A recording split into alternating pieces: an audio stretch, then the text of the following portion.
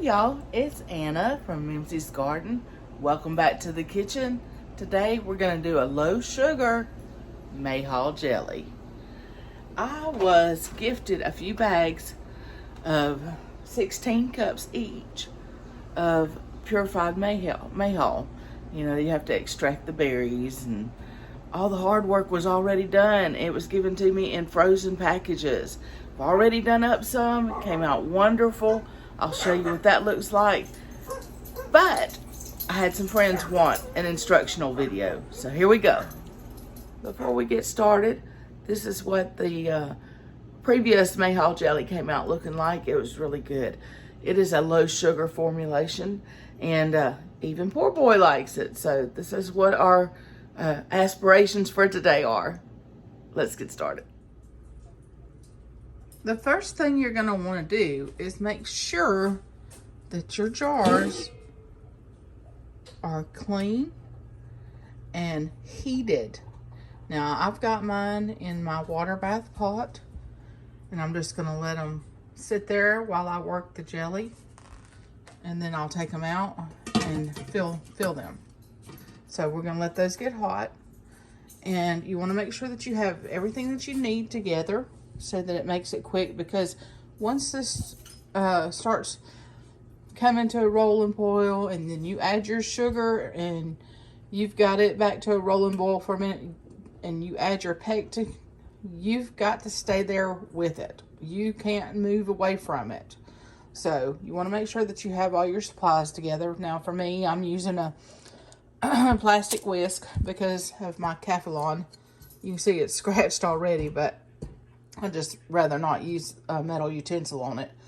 So, and then I've got my 4 cups of MayHaw. I'm doing this in small batches, and because I actually may use some and make a juice.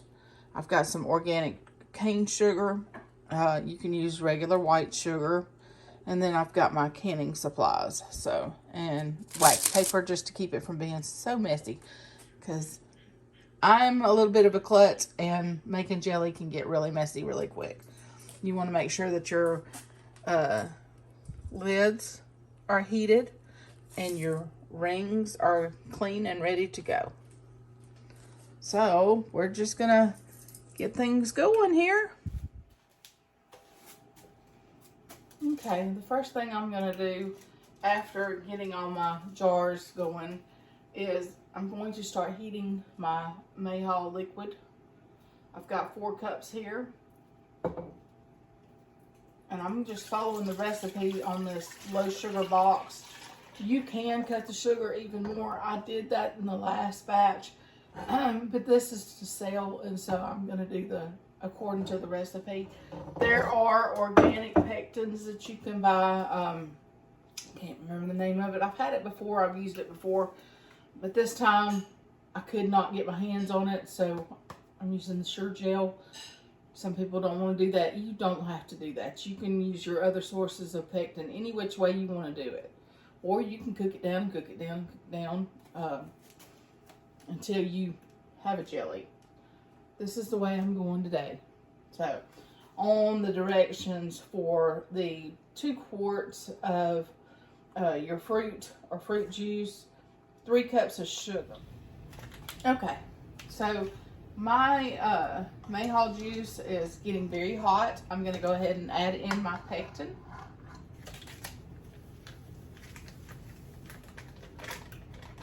I had that glued to there and I didn't want to rip the package, so I just left it on there. And then I'm going to stir that to mix it well. I'm going to turn my heat back up. I had to cut it down to keep it from boiling. And we're just going to stir that until it's blended really well. And we get to a rolling boil. And then we'll add in our sugar. So this takes just a minute. And it'll come back up to boiling pretty quick. And that pectin just dissolved in there really well. You just stir, stir, stir, stir. Okay, so we're at a rolling boil now. And a hard rolling boil means that when you stir it, you're not disturbing that. And I'm going to show you. Let me bring this tripod over here. Just a little bit. You see, you're not disturbing the boil.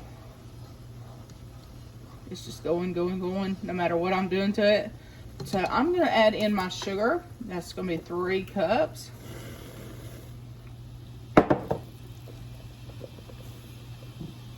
And I'm going to stir that really well. Get that all melted in there.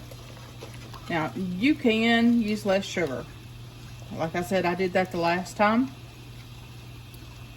But since I am actually selling this for somebody that's ordered it, I'm going to just go by the regular directions because they did not request any specific amount of sugar.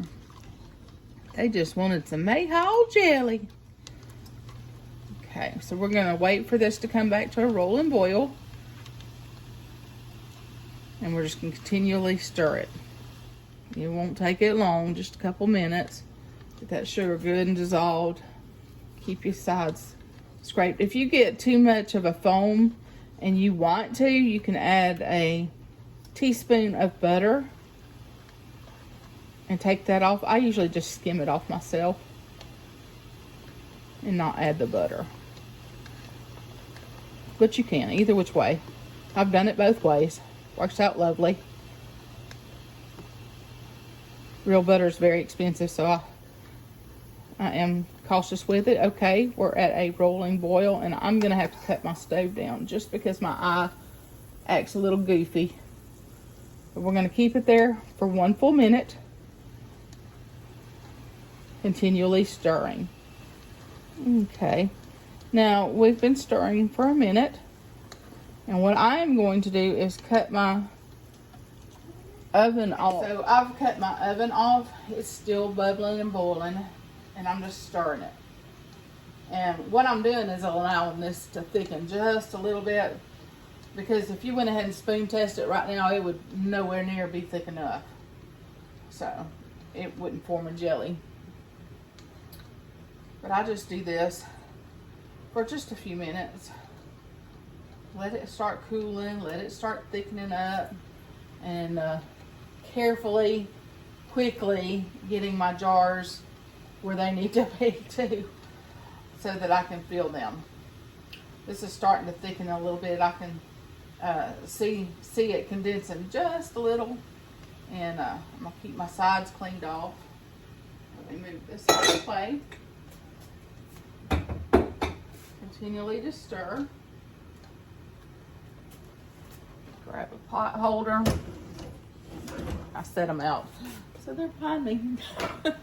Not very organized for somebody that likes to be organized. Okay. Alright, so we've got our lid over here. And I'm waiting to take the jars out till I know that this is ready to go. So I'm going to grab a metal spoon.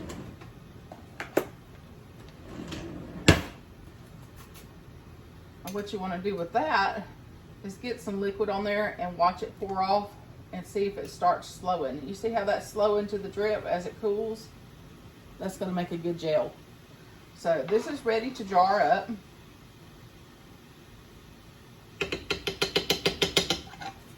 Set that out of the way. Now I do see a little bit of skim. I'm going to show you that you may want to get off of there. And you can just take a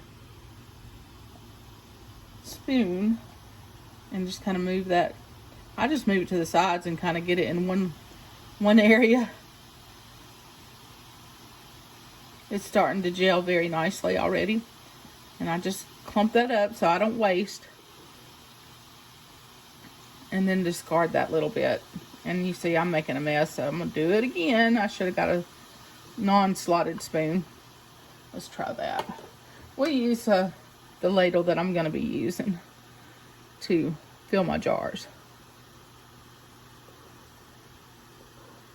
And that's all I do. Discard that bit of foam. Okay, let me set you back over here where you can see what I'm doing carefully. Okay, so I'm going to rinse that off just a little bit. Set that aside. We're going to get our jar grabber. And I've got different size jars in here because, like I said, some of these were requested for purchase. And I wanted to have some pretty jelly jars. And we're just going to fill our jars with our jelly.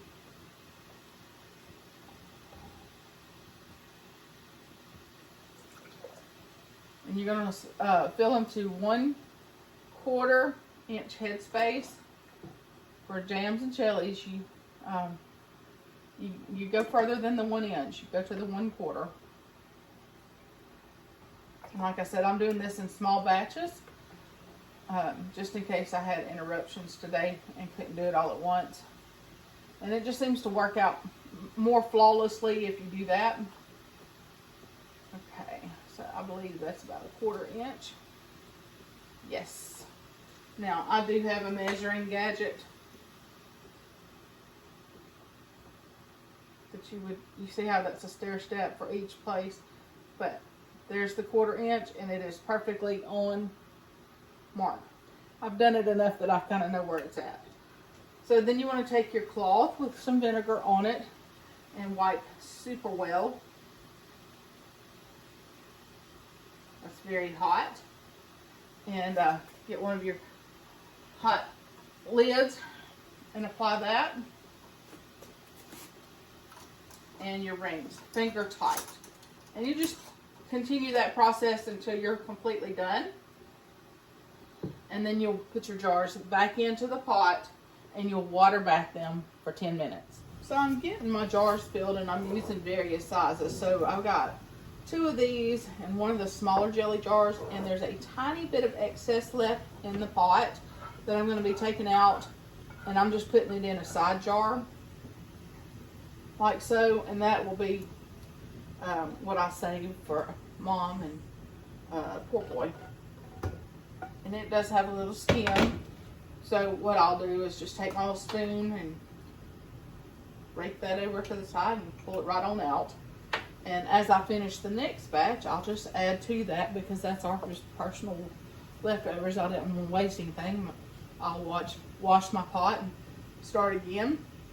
I still have jars in there. I'm not going to take those out because I plan to process all day until I finish. And then, so I'm just going to add these back where I got them from in there. And let them water bathe for 10 minutes. And then you take them out and let them cool overnight. And you will have a fresh batch of MayHaw jelly. You can do that with just about anything. The only thing is with apples, if you're making an apple jelly, I wouldn't use pectin like that. Apples have their own natural pectin, and so you can get away with not using that at all. And anyway, I appreciate you watching. I hope you learned a little something. Making jelly is not hard as long as you kind of organize yourself to start with and get her done. Thanks for watching. Hit that like and subscribe button. Catch you on the next time.